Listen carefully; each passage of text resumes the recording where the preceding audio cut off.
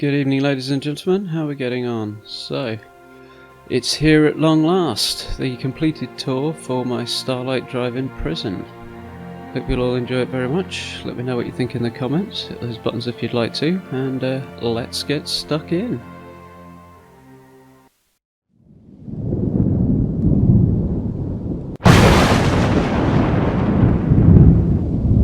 So, this build has been coming on for quite some time, and I'm pretty pleased with how it's turned out. I had a very clear vision for it that it's lived up to, I think, so I'm pretty happy about that. Hope you'll enjoy it as much as I've enjoyed it. Certainly enjoy walking around the place now it's done. So, this is our front gate, and our entrance to our intake area. See, we've got spotlights everywhere, which are a right pain in the neck because they have an annoying habit of switching off. There we go. So yeah, this is where the prisoners first arrive, go in for processing. And I'm not overly happy about having to use the junk fence there, but it's the only large double-sized gate that we've got, so we may do with what we've got, I'm afraid. So we're going through the visitors entrance because there is a powered door to go into the intake building with the switch on the inside. Since I've put the wire fences on the windows, I can't actually reach it anymore. So. This is where the visitors will first come in, with this chap here ready to take any sharp objects or contraband off them, so they can't smuggle anything into the prisoners. He's actually a general trader really, but it allowed me to have somebody stand in that window unit. So I've got all the footlockers you can see down there, and our little Hitchhiker's Guide to the Galaxy reference, just in case anybody decides to put a gun to his face. You can flick that little switch and the shutters will drop. Well, they won't actually drop, but you know, that's the idea. And there's the gate there as well. Gate control, rather. These fences sort of seal off the working area. There's little gates there, but they're a pain in the neck, so sit over the door. So every time I come through here, I have to open and close them every time. So the entire prison is powered by this fusion generator, which I've glitched in up here inside the projection booth, and I've got the wire running out the window. It's nice out of sight, keeps access away from the prisoners. I really like the way that's worked out. It fit in there quite nicely. You was going to have to glitch it, but it sits quite nicely in that gap. So this is where our gate guards will stand. We've got that fella there who's always on top, and the lady who uses both this guard tower up here and the other guard post rather over the gate there. Thought for a second I hadn't put a door on there. I'm not quite sure where she's run off to now, but she'll turn up, I'm sure. So yeah, that guard tower overlooks the road coming up, as do these guard posts here obviously. Got a couple of Nuclear World Minutemen flags out front. So this little side door looks like a bit of a breach in security, but we're going to assume it locks quite well. And it just leads into a little area behind the farms and stuff that allows access up to that guard tower up there. And we have got a guard up there, but I'll show you the inside of the towers in a moment. So, moving into the main body of the prison. Yeah, I think this might be the other guard that's wandering around. I did want to have them allocated to a specific spot and have them wander all over the settlement, but that's proving to be a pain in the neck, so that's not happened. You see we've got the windows out over the main prison yard there. This is where any visitors would come in. And once we get the door open, because that thing's awkward, especially without a HUD on anyway. This is where the prisoners can meet with their family and friends, or anybody else they may want to meet with. And that's where they'll come in. I'm not quite sure why we've got the textures of the leaves that have come up through the floor and onto the tables, but you know, won't be fallout without random glitches, I suppose. So the employees only area up here, this leads on to the barracks. The idea being that all of our guards will sleep in here. I'm sort of working on the theory that as this prison is run by the Minutemen, they work on a kind of rotational basis. So that's why it's not too homey, it's more like a dormitory. But it'll do. Gives them somewhere to sleep. separate from the prisoners. I didn't really want to find the guards sleeping in cells, you know, that would have annoyed me. Didn't know what to do with this space over here, so as I still right up until the last minute couldn't think of anything, I thought, well, we'll chuck some stuff that you'll see around the prison over there. And it could be a bit of storage space. Seems like a reasonable use for dead space anyway. So, coming back into the intake building, or in via the exit really, but this is where the prisoners will be processed. They'll have their belongings removed and their jumpsuits handed out to them. We have a guard sitting here. There's that switch I can't reach anymore. At least it's not from the outside. See it working on the door there. Wires glitch through the walls, but it's the only way to make it work, so we've got a little bit more of admin space back there. And I was pretty pleased with this little room. It took a long time to do, but we've got one footlocker on a shelf for every cell in the prison, so they're all coded and numbered, so we know whose belongings are in what box. Although it does kind of cause a problem if you want to move them from one cell to another. We'll take a shufty upstairs. Yep, there's our guard. She's got a wonderful habit of standing in midair.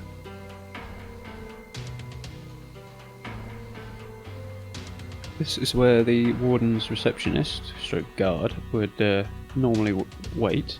There is actually somebody assigned to that, but I've never actually seen them use it since I did assign them there. So it's not since a bunch of synths killed off the original guard I had here. That was very annoying. That little room back there with nothing in it was the armoury, by the way. And I just plain haven't got the materials to junk decorate in there. So I didn't. This is the warden's office. Nice and comfortable. I haven't actually got a warden because I can't assign anybody to that desk. I didn't really want to use a guard post desk in here. Quite enough of those floating around that have been used for other things anyway. But yeah, we'll assume the warden's off doing something. That's his office. Or her office, I haven't really decided. We've been luck of the draw on that one really. And we come out into the main courtyard. These fences are fairly simple to do. You want to see how I've done anything, this included, just have a look at the pertinent video in the Let's Build series. There's just about anything you might want to know about how to do is available to be seen there. So we've got the first cell block here, which is actually the last one I built. And we've only got 2 prisoners at the moment, unfortunately. But I've hit my settler limit apparently, so I can't move any more in. I did want to bring Porter Gage in here, seeing as I've gone with the Minutemen route on Nuka World and slaughtered the Raiders, so, but I forgot he dies in that particular line of thought, so yeah, no Porter Gage. Oh well. In each of these cell blocks we have a guard who will use those guard posts and move quite well between them, the idea being they'll patrol the corridors more than look out, but it's as close as we can get really. It works. Even that one there that's mostly floating in mid-air, they just stand on with no problem really. Which I was pleasantly surprised by. We've got the warehouse pieces as the upper floor there, so they can see downstairs even when they're upstairs. So we've got our education centre, learning centre. So as our prisoners, when they're eventually released, can have skills to contribute to life in the Commonwealth. Which I figure will be the Minuteman way. I've put extra lights in here because I came through when it was a bit dingy and you couldn't see a thing around the workbenches. So now at least they're unlikely to lose fingers so easily anyway. No power armor workstations in there or anything because it just didn't seem appropriate to have prisoners working on power armor. Trouble looking for a place to happen, that's the phrase I want. We've got a little prison library here. I'm given to understand most prison libraries are quite small, so it doesn't bother me that this one's so tiny. Again, junk decorating is non-existent in here. I haven't got books to put on the shelves, and I'd be here forever trying to do that.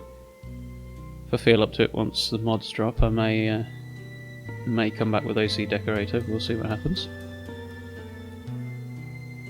And we've got the classroom down here. Pretty pleased with how this one looks. Neat, tidy, gives our prisoners somewhere to get a bit of a better education. Quite what they'll be teaching in the Wasteland, I'm not sure, but hopefully it's something useful. That's a number of signs from Nuka World, if I can speak straight. I've just turned around and glitched onto the wall. The idea is it's a kind of whiteboard, so I can't put a blackboard in. And yeah, give them somewhere to write. Figure they'll be able to write on the back of those with a marker pen. Seeing as ordinary pens survived, why not marker pens? So we're into the gym now, which another common feature. Pommel horse is a bit random, but I wanted something extra in there. Power cycles are theoretically providing power, but I haven't wired them up in this, so I doubt we'll be seeing anybody using them. Cell block B there is the first one I built. It's back in the first episode of the Let's Build series, and I had an absolute nightmare getting that done. But as I went on, I've learned a huge amount about working with concrete. This is our exercise yard. Fairly basic, but we've got it nicely fenced off. That's where I started with the fences actually. And nice bit of a concrete foundation from the warehouse to have to cover up the puddle in the middle. So we'll go up the ramp into the showers. I was happy with my little innovation here. We've got concrete roof pieces on the floor there, which took some fiddling to make it work, but they look a bit more sturdy than just the usual wire mesh floors. And it allows the water to drain away. So we actually use conduit pieces to make the showers. So the closest we could manage. And upstairs we've got our medical centre, which is where I've put a ramp in. I did want to put a lift in, but those things are extremely uncooperative.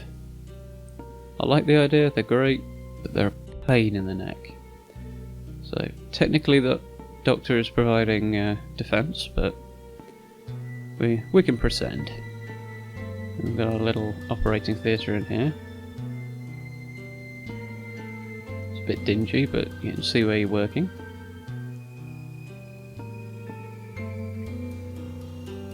And not a lot of room for prisoners to be in the medical centre, but hopefully we won't need too many in there at the same time. And in order to get them up the ramp, if they're not walking wounded, we'll need a stretcher. And I came up with a little solution for that, but it was too big. I built a shed to keep it in. So there you go, there's our glitched together stretcher using conduit pieces and floor pieces from the scaffolding tab. This little gap is basically the only way to get to the defences at the back, which is unfortunate because it doesn't look quite right, but there we go, got a guard in the tower. All of the 4 towers look much the same in that principle. But our guards do use that gap to get through, so they do end up clustering there on occasion, which is a bit unfortunate, but with a complex build like this, pathing was always going to be an issue. It's a case of, do I work around the pathing, or do I make the build look the way I want it to? And obviously the build won out. So I wanted to use this as part of the back wall, the screen here, make use of the features of the location. So it's forming a back wall, and we've got some guard posts up on the top so they can use it as a lookout point as well. Look at that. Doesn't that just look like a prison? So happy with it. Anyway, back down to the main courtyard. Now we're on Cell Block C, and we'll move on and have a look around the commissary.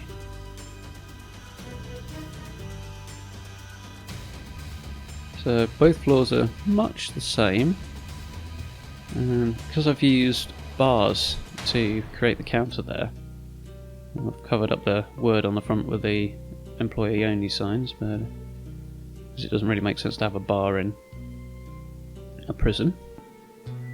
But yeah, our prisoners will congregate in here after the sun goes down.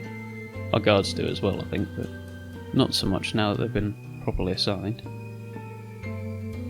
It gives them somewhere to eat. And particularly there's only 2 of them at the moment, so these sorts of facilities are usually operated by prisoners doing their work duties, so it doesn't really matter too much if they happen to wander around behind the counters either. Seeing as they are eating here, they will need somewhere to prepare food. and this is the kitchen. We've got a few cooking stations, more than we need right now, but we're going to assume there's going to be more prisoners later on down the line. And the preparation area downstairs. The roof, I've used the grated roofs so that the fumes and such from cooking can escape without basically gassing everybody in here. I haven't actually changed that at all since the initial build of it. I'm quite happy with how it's come out, so I didn't need it. Fences around here don't serve a huge amount of purpose, apart from sort of keeping people away from the rubbish around the place that you can't scrap. So it leads through nicely to our farming area, which both of our prisoners work on at the moment. There's a bit of a faff getting them to assign to the resource, which I think is probably due to the ridiculous number of times I had to use the store weapon glitch to build a settlement of this size. Starlight Drive In's big, but this build is a hell of a lot bigger. So my recruitment beacon attracted a Brahmin, which I didn't really want, but rather than shoot him I've built a... there we go, there's our prisoners. I built a barn for him. So you may notice they're wearing vault suits, and the reason for that quite simply is I couldn't think of anything that would make them stand out more than that and seem more like a prison uniform. I'm not entirely happy with the vault suits, but you know, it's the best we've got for now. So onto the last cell block. I'm keeping the doors closed on the ones that aren't actually in use, so we don't get random people wandering in there. And there we have it. That's basically the prison. I'm going to do a short nighttime tour in a moment, because it does look really good at night. And yeah, I'm really happy with how this turned out.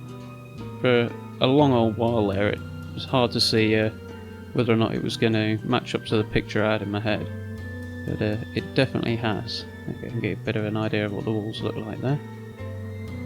And quite conveniently, it's coming on towards night time. Valentine's hanging out in the corner there. Yeah, my provisioner tends to go in the front gate there and then glitch through the walls, but he's doing a job. Alright. So let's jump on and have a look at this place in the night time. There we go. Yeah, lights swinging around all over the place. Nobody's sneaking away here, or sneaking in here. And yeah, as I said, the spotlights have an extremely annoying habit of switching off. They're still providing defense, but they're not putting any animation out, any light out, which is really annoying. But there we go. I'll sped this a little bit up because you've basically seen everything once already.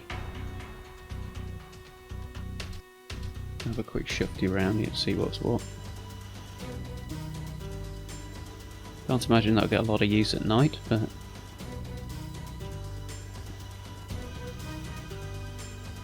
there's our barracks, illuminated enough to see your way around, but hopefully dark enough to get some sleep. I think there's only about one guy using it at the minute.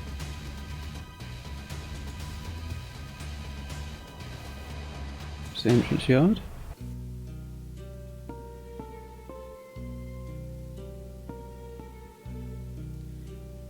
Yeah, if anybody's thinking of doing a large project or just any kind of project using concrete, even if it's not a prison build, it'd probably be worth having a look at the Let's Build series I've done, just because there's such a big learning curve on making everything work. But, you'll undoubtedly pick up a few little tricks that'll make your life a lot easier. Shameless self-promotion there, but it's all good.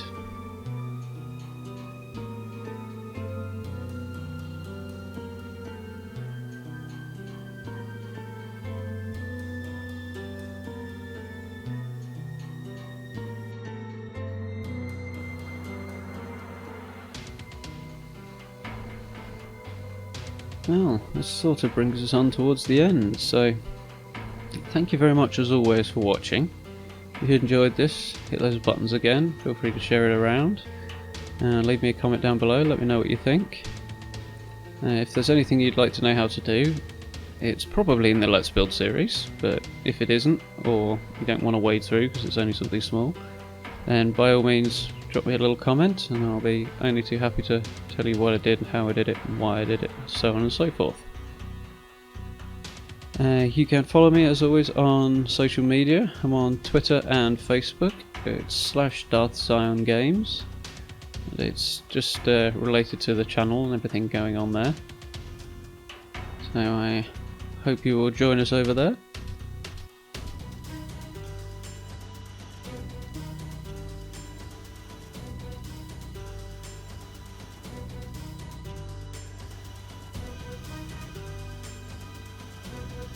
Not much light around here at night, but nobody's here, so getting those spotlights on the outer wall was a nightmare. I had to walk along the top of it. It was challenging. So, I hope you enjoyed, and as always, thank you very much.